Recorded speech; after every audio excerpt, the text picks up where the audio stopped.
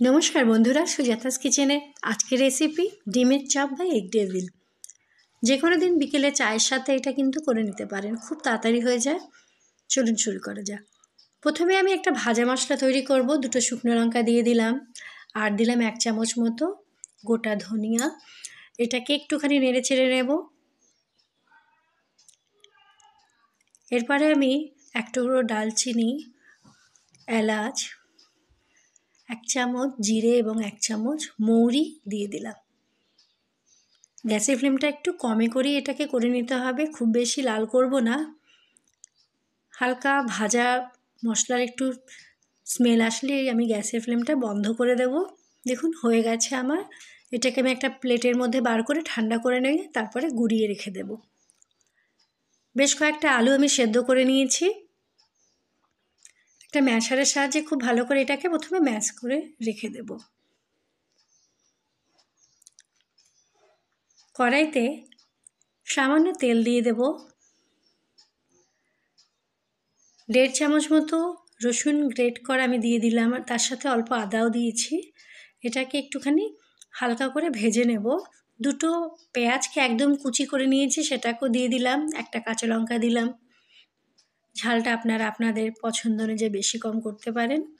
একটু ভালো করে ভেজে নেব। এরপরে গুঁড়ো মশলার মধ্যে 1/2 চামচ লঙ্কার গুঁড়ো, 1/2 চামচ হলুদ গুঁড়ো আর 1/2 চামচ ধনিয়া গুঁড়ো দিয়ে দিলাম। মশলাটাকে একটুখানি ভালো করে সব কিছুর সাথে মিলিয়ে একটুখানি ভেজে নেব।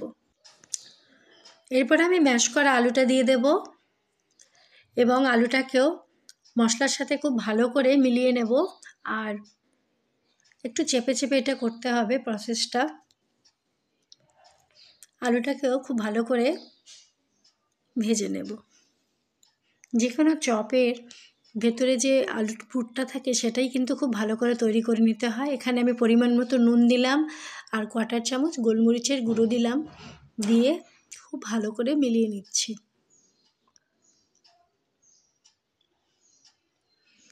আমি যে ভাজা মশলাটা করেছিলাম সেখান থেকে 1.5 চামচ ভাজা মশলা উপরে দিয়ে দিলাম, আর ধনেপাতা কুচি দিয়ে দিলাম। এগুলোকেও সব কিছুর সাথে খুব ভালো করে মিশিয়ে নেব।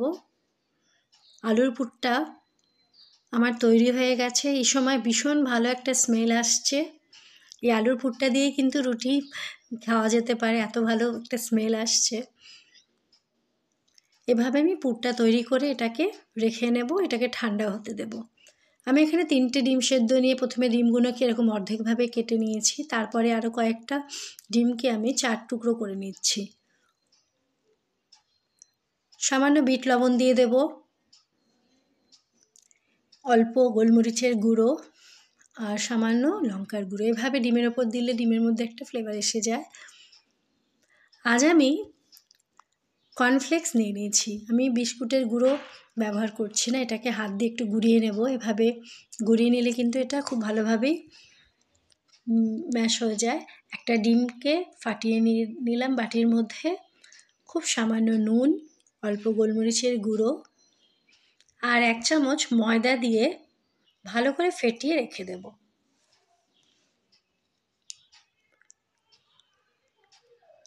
চলুন এবার চপগুলো গড়ে নেওয়া যাক। আমি পুর নিয়ে নিলাম আলুর, এর মধ্যে অর্ধেকটা ডিম নিয়ে এটাকে আলুর মধ্যে দিয়ে একদম কভার করে নিতে হবে। দেখুন এভাবে প্রথমে প্রত্যেকটা ডিমকে দিয়ে আলুর পুরের মধ্যে আমি ডেভিলের শেপে গড়ে নিচ্ছি।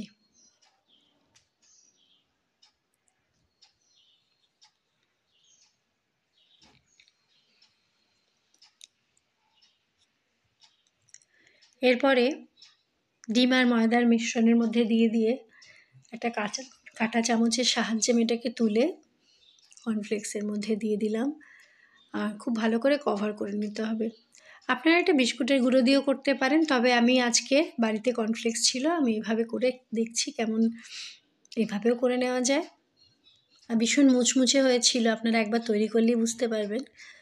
আমি এটাকে ডাবল কোট করে দিয়েছি, তাহলে কিন্তু আরও বেশি ক্রাঞ্চি হয়।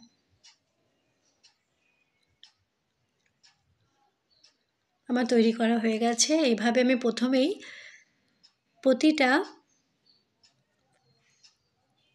ডিমের এগুলোকে নিয়ে, চপগুলোকে নিয়ে ভালো করে কভার করে কোটিং করে রেখে দেব।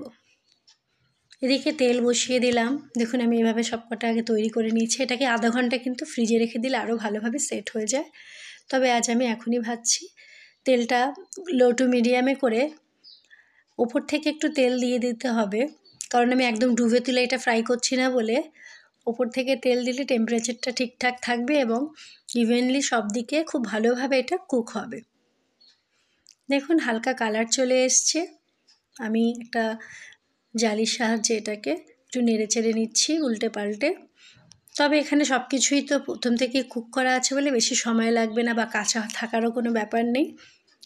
আপনারা অবশ্যই এটা তৈরি করবেন আর কেমন হয়েছে আমাকে জানাবেন। আর আপনি যদি আমার নতুন বন্ধু হয়ে থাকেন সাবস্ক্রাইব করে নেবেন এবং বেল আইকনটাকেও প্রেস করে নেবেন। আমার হয়ে গেছে। এবার তেলটাকে এভাবে ঝরিয়ে আমি তুলে নিলাম। তৈরি হয়ে গেল একদম গরম গরম চায়ের সাথে খাওয়ার জন্য ডিমের চপ। ভিডিওটা পুরো দেখার জন্য অনেক ধন্যবাদ। সকলে খুব ভালো থাকবেন।